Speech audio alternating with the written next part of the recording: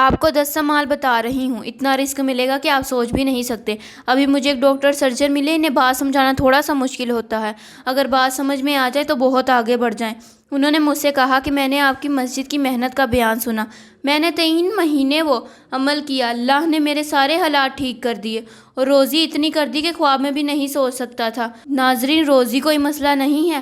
اللہ کہہ رہے ہیں کہ شیطان تم سے وعدہ کرتا ہے فقر کا اور دعوت دیتا ہے فاحشی کی، اور اللہ تم سے وعدہ کرتا ہے فضل کا، اور کس کا؟ مغفرت کا۔ فضل کس کو کہتے ہیں؟ روزی کو۔ ناظرین کرام، یاد رکھنا، آسان بات، روزی میں بھی کمانے والی ہوں، لیکن روزی کمانے کا حکم کیا ہے؟ روزی کمانے کے لیے زمین پر چلو۔ دوڑنا کسے کہتے ہیں؟ اگر دوڑنا ہے تو صرف اللہ کی طرف دوڑو، دوڑو اس جنت کی طرف، سب کچھ لے جاؤ، ریس کرو، سبقت لے جاؤ، اس اللہ کی طرف سے بھی، اس کی جنت کی طرف سے بھی۔ روزی کمانی ہے چل کے۔ یہ جو دوڑ لگی ہوئی ہے نا آج کل، یہ اللہ کی ناراضگی کی علامت ہے۔ تو جو چیزوں سے شیطان نے مجھے بھی ڈرایا ہے وہ ہے بھوک سے، فقر سے، اور دعوت دی ہے فاحشی کی۔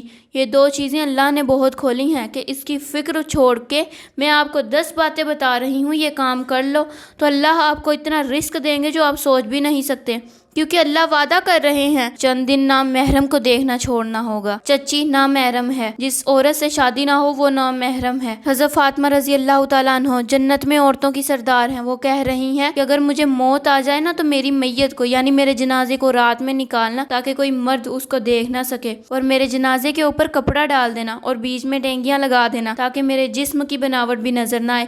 ناظرین کرام، حرام چھوڑنا پڑے گا، حرام، کیونکہ حرام چھوڑنا ہی ایمان ہے۔ بغیر بریک کے اگر آپ کے پاس پوش ہے تو وہ آپ کو مسجد نہیں پہنچائے گی، قبرستان پہنچا دے گی۔ اب آپ کو علماء سے پوچھنا پڑے گا کہ میرے اندر باتیں کون سی ایسی حرام ہیں جو 24 گھنٹے نماز میں بھی حرام ہیں۔ ڈاکٹر جب کہتا ہے تو ہم حلال بھی چھوڑ دیتے ہیں، علماء کے کہنے پر ہم حرام کیوں چھوڑنے کو تیار نہیں؟ اب روزے آئیں گے تو ہم کہیں گے ہم حرام چھوڑ دیں گے، انشاءاللہ نیت کریں گے، لیکن گانا سننا، cell phone, WhatsApp, Facebook, یہ نہیں چھٹتا۔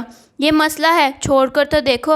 اچھا، ایک دن نہیں، صحابہ کو 23 سال لگ گئے تھے سارے گناہ چھوڑنے میں۔ سود 23 سے 22 سال بعد حرام ہوا، زکوٰۃ 14 سال بعد فرض ہوئی۔ حضرت عائشہ فرماتی ہیں کہ اگر یہ سارے احکامات پہلے سال آ جاتے تو شاید ہی کوئی صحابی اس کے لیے تیار ہوتا۔ آہستہ آہستہ علماء سے پوچھ کے ایک ایک چیز کو چھوڑیں، یہ جو بڑے بڑے گناہ ہیں انہیں چھوڑیں۔ نمبر 2، اللہ کہہ رہے ہیں صدقہ دو، قسم کھا لو۔ قسم کیا چیز ہے؟ اللہ کہہ رہے ہیں صدقہ دو، اور صدقے سے کیا ہوتا ہے؟ صدقہ دینے سے مال بڑھتا ہے، اور حضور اکرم صلی اللہ علیہ وآلہ وسلم فرماتے ہیں میں قسم کھاتا ہوں صدقے سے مال بڑھتا ہے۔ میں نے اپنی زندگی میں جو بڑی اچھی چیز دیکھی ہے وہ یہ ہے کہ میری والدہ جو ہے وہ ہر مہینے صدقے کے لیے کوئی نہ کوئی چیز نکالتی ہیں، کچھ بھی ہو جائے صدقہ لازمی دیتی ہیں، تو اللہ تبارک و تعالیٰ بھی اس صدقے میں بیماری سے، ہر پریشانی سے دور رکھتے ہیں۔ تو ناظرین کرام، صدقہ دو، جتنا ہو سکے اتنا صدقہ دیں۔ ایک مولانا ہے، وہ کہتے ہیں ایک بار میں مجلس میں تھا، مسجد میں ہی پڑھ رہے تھے تو انہیں سعودیہ سے ان کے دوست کا فون آیا۔ اس شخص نے کہا کہ میرے سالے کی طبیعت بہت خراب ہے، وہ وینٹیلیٹر پر ہے، ڈاکٹر کہہ رہے ہیں کہ جب اس کو ہوش آئے گا تو اس کا آپریشن ہوگا، پر کوئی فائدہ نہیں۔ تو اس نے کہا کہ آپ مجھے کوئی دعا بتائیں، تو انہوں نے کہا کہ اس کے کان کے پاس قرآن کی تلاوت چلا دو۔ کیا کرو؟ قرآن کی تلاوت چلا دو، اور یہ بتاؤ کہ اس کی بیماری کا 7 دن کا خرچہ کتنا ہوگا؟ اس نے کہا کہ 15 لاکھ۔ تو انہوں نے کہا کہ ہمت کر کے اپنے سالے کے گھر والوں سے کہو کہ وہ 15 لاکھ صدقے میں دے دیں۔ اللہ کی قسم 1 گھنٹے کے اندر وہ بغیر دوائی کے گھر آ گیا۔ ہم اگر بیماری آتی ہے $1,00,000 کی تو ہم صدقہ دیتے ہیں $10 کا، یا اللہ صدقہ دے دیا ہے، اب ہر چیز تیرے حوالے ہے۔ میں کہتی ہوں دو 50,000 کا صدقہ کہے ایسی کہ تیسی اس کے پاس نہیں آنا۔ تو پھر میرے نبی نے کہا کہ صدقے سے اور مال بڑھتا ہے۔ اتنے بڑے بڑے وعدے کہ اپنی بیماریوں کا علاج صدقے سے کرو، اور قسم کھائی ہے کہ صدقے سے مال بڑھتا ہے، اور پھر قرآن بولتا ہے یربس صدقہ، صدقے سے مال بڑھتا ہے۔ 2 صدقہ رزق کا، اس میں ہی تو رزق ہے۔ رزق کس کو کہتے ہیں؟ نیک بیوی کو، نیک بچوں کو، صحت، بے خوف زندگی، سکون، چین، اطمینان اور زندگی میں خوشی، اسی کو تو رزق کہتے ہیں۔ ایک مولانا ہے، وہ کہتے ہیں کہ ہم ہوائی جہاز میں سفر کر رہے تھے 380 میں، اوپر بزنس کلاس میں بڑے رئیس لوگ، میں اوپر ان کے پاس گیا، ان کے سامنے بہت عمدہ چیزیں رکھی تھی، جس چیز کی وہ خواہش کریں میں نے ان کے ساتھ جا کے باتیں کی۔ میں نے ان سے پوچھا کہ کیا ہوا بھائی، صحت طبیعت ٹھیک ہے، نیند نہیں آ رہی؟ تو اس نے کہا کہ 16 گھنٹے کا سفر ہے اور میں تو 16 گھنٹے جہاز میں سو ہی نہیں سکتا، اور یہ لیٹے ہوئے ہیں بزنس کلاس میں، میٹریس لگے ہیں، سپر سٹار ہیں بھائی، یہ تو ان کے آگے سب کچھ پڑا ہے جو بھی یہ چاہیں، پر نیند نہیں آ رہی۔ We will take you from Karachi to Lahore on train and you will see Pathan standing there while sleeping, you can't sleep. میں آپ کو کھڑے ہو کر سوتے ہوئے لوگ دکھاؤں گا، آپ جہاں کہیں بھی کہیں گے، آپ جہاں مجھے بولیں گے میں آپ کو وہاں لے کر جاؤں گا، آپ وہاں لوگ دیکھیں گے سوتے ہوئے، تو صدقہ نکالو، کیونکہ صدقہ جو ہے وہ بڑے سے بڑے عذاب کو بھی ٹال دیتا ہے۔ مولانا کہتے ہیں کہ میں ایک جگہ مجلس پڑھ رہا تھا، ساؤتھ افریقہ میں ہی پڑھ رہے تھے، گورا آیا اور آ کر بیٹھ گیا، بیان ختم ہوا، میں نے اس سے انگلش میں بات کی، میں نے کہا کیا نام ہے تمہارا؟ کہنے لگا میرا نام جیو ہے اور تمہارا بہت بڑا فین ہوں، کرکٹ میں بھی کھیلا کرتا تھا، میرا پڑوسی مسلمان ہے، سوچا آ کر اس سے مل لوں، میں یہاں سے ہی گزر رہا تھا۔ تو میں نے اس سے پوچھا کہ میری کسی بھی بات کی تمہیں سمجھ آئی؟ تو کہنے لگا کہ تھوڑی تھوڑی سمجھ آئی ہے، پر قسم کھا کے کہتا ہوں کہ جتنا سکون مجھے مسجد میں آ کے ملا ہے مجھے زندگی میں کبھی نہیں حاصل ہوا۔ مولانا کہتے ہیں کہ میرا ایک دوست ہے شیخ عاشق، پہلے یہودی تھے، پھر وہ سعودیہ میں عالم بنے، میں نے کہا کہ ان کے ساتھ بیٹھو، وہ 10 منٹ میں کلمہ پڑھ کے چلا گیا۔ سبحان اللہ۔ مسجد، ناظرین، مسجد ہمارے لیے مچھلی کی طرح ہے، جیسے مچھلی بنی پانی کے لیے ویسے ہم بنے مسجد کے لیے۔ اللہ فرماتے ہیں کہ پہلے گھر جو تمہارے لیے بنایا گیا وہ ہے کعبہ، مسجد المتقی کس کا گھر ہے؟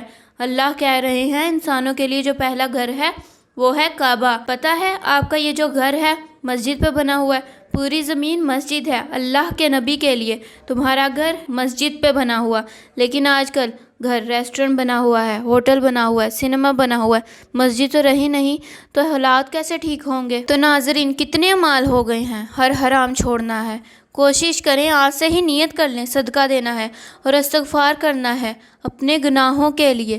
قرآن میں ہے اے نبی جب تک آپ ان میں موجود ہو اور یہ بستی استغفار کرتی رہے گی تو یہ بستی بھی اللہ کے عذاب سے دور رہے گی۔ حدیث کے مطابق جس بستی میں 3 نیکیاں ہوتی ہیں، مسجد کی آوازیں آتی ہیں، مسلمان لوگ آپس میں محبت سے رہتے ہیں اور رات میں استغفار کرتے ہیں، تو اس بستی سے اللہ کا عذاب بھی دور رہتا ہے۔ استغفار کرو، استغفار سے روزی ملتی ہے۔ اللہ کہتے ہیں بیٹے دوں گا، مال دوں گا، بارشیں دوں گا، ماں باپ دوں گا۔ اللہ کا ذکر کرو، اللہ سے مانگو۔ چوتھی چیز، اپنی نماز کو ٹھیک کر لو۔ میں نے مولانا طارق جمیل سے پوچھا کہ آپ کب سے تبلیغ میں ہیں؟ کہا 40 سال سے۔ میں نے ان سے کہا کہ کیا اتنے سالوں میں کوئی ایسا شخص آیا ہو جس نے کہا ہو مولانا میری نماز ٹھیک نہیں ہے، مجھے نماز پڑھنے کا صحیح طریقہ کیا ہے وہ بتا دیں، رکوع کیسے کرتے ہیں، سجدہ کیسے ادا کرتے ہیں، آیتیں کیسے پڑھتے ہیں، نماز پڑھنے کی شرائط کیا ہیں؟ کیا کبھی کسی نے پوچھا کہ کیسے نماز ادا کی جاتی ہے؟ کہنے لگے کوئی نہیں۔ تو میں نے کہا مجھ سے بھی نہیں پوچھا کبھی بھی کسی نے آ کے۔ اس مولانا نے یہ جواب دیا، نماز کو ٹھیک کریں، نماز ہی تو ہے جو ہمیں اس جہان میں بھی کامیاب کروائے گی اور اگلے جہان میں بھی کامیاب کروائے گی، ہمیں حشر کے دن اللہ کے سامنے گناہ گار ہونے سے بچائے گی۔ اپنی نماز کو ٹھیک کریں، اللہ کا ذکر کیا کریں۔ 5واں ذکر اللہ، اللہ کا ذکر کیا کرو، اللہ کا ذکر کرنے سے روزی ملتی ہے۔ سورۃ واقعہ کا ورد کیا کرو، سونے سے پہلے، عشاء کی نماز سے پہلے سورۃ واقعہ گھر میں پڑھا کرو تو کبھی فاقہ نہیں ہوگا۔ ایک تسبیح پڑھ لو صبح، سبحان ربی العظیم استغفر اللہ، گھر میں کبھی فاقہ نہیں ہوگا۔ نمبر 6، تعلیم کے حوالے سے جو شخص جمعے کے روز جمعے کی نماز ادا کرنے کے لیے تو اسے اللہ کی طرف سے فی سبیل اللہ کا ثواب ملتا ہے۔ کیوں؟ کیونکہ جمعے کی نماز میں دین کی بات ہوتی ہے۔ دوسری حدیث میں ہے جو مسجد میں دین سیکھنے یا سکھانے کے لیے آئے اس کو فی سبیل اللہ کا ثواب ملتا ہے۔ اللہ قرآن میں فرماتا ہے جو ایمان لا کے اللہ کے دین کے لیے ہجرت کرتے ہیں اور جو ان کی مدد کرتے ہیں تو بتاؤ انہیں اے نبی کہ وہی پکے ایمان والے لوگ ہیں، ان کی مغفرت دنیا میں یہی چیز کی ہے، توکل۔ جیسے پرندے کرتے ہیں، اللہ فرماتے ہیں پرندے پر مار کر اڑتے ہیں، جب پرندے پر بند کر لیتے ہیں تو اللہ فرماتے ہیں کیا تم دیکھتے نہیں ہو کہ اللہ نے کیسے پرندوں کو اپنے ہاتھوں میں پکڑ رکھا ہے؟ اللہ پر توکل کرو اور مال کو صحیح جگہ خرچ کرنا، مال کو صحیح جگہ خرچ کیا کرو۔ جو جان و مال کو صحیح جگہ خرچ کرتا ہے تو اس کو شکر کرنا کہتے ہیں، جو مال و جان کو اپنی پسند سے خرچ کرتا ہے تو اس کو کفر کا راستہ کہتے ہیں۔ قرآن میں ہے کہ تمہیں شکر اور کفر دونوں کا راستہ بتایا ہے۔ اللہ فرماتے ہیں میں نے جان و مال جنت کے بدلے میں خرید لیا ہے۔ اللہ فرماتے ہیں اگر تم شکر کرو گے تو تمہاری ساری نعمتیں بڑھا دوں گا۔ اور 9واں 10واں گزارش کر رہی ہوں رسول اللہ کی اطاعت ہے۔ اللہ قرآن میں فرماتے ہیں کہ جو شخص میرے نبی کے راستے پر چلے گا میں اس کی مغفرت کر دوں گا۔ یہ ساری صفات میرے اندر آ جائیں اور حضرت محمد صلی اللہ علیہ وآلہ وسلم آخری نبی ہیں اور ان کے بعد کوئی نبی نہیں آئے گا۔ اب یہ ہر امتی کی ذمہ داری ہے کہ جس بھی ملک میں اللہ نے اسے بھیجا ہے، اللہ کہتے ہیں کہ میں نے اگر تمہیں امریکہ بھیجا ہے کمانے کے لیے، نہیں، نیت بدل لو۔ پاکستان کا اللہ کے زیادہ کمزور ہے اور وہاں کا اللہ زیادہ طاقتور ہے، نہیں، یہاں تو سورج آ کر بھی غرق ہو جاتا ہے، اس کی روشنی ختم ہو جاتی ہے۔ سورج تو رائز کرتا ہے ایسٹ سے، ہم کہہ رہے ہیں ویسٹ سے کر کے دکھائیں، ایسا تو نہیں ہو سکتا۔ دوستو اللہ فرما رہے ہیں کہ جو شخص میرے نبی کی اتباع نہ کرتا ہو تو اللہ فرماتے ہیں کہ اے نبی یہ دعویٰ کر رہے ہیں کہ یہ اللہ سے محبت کرتے ہیں تو انہیں کہو کہ یہ تمہاری اتباع کریں، اور اگر یہ آپ کی اتباع کریں تو میں ان کے سارے گناہ معاف کر دوں گا اور ان سے بھی پیار کروں گا، ان کی مغفرت کر دوں گا، جو یہ چاہیں گے انہیں دے دوں گا، بس میرے نبی کی اتباع کریں تو میں انہیں جنت دوں گا۔ سبحان اللہ۔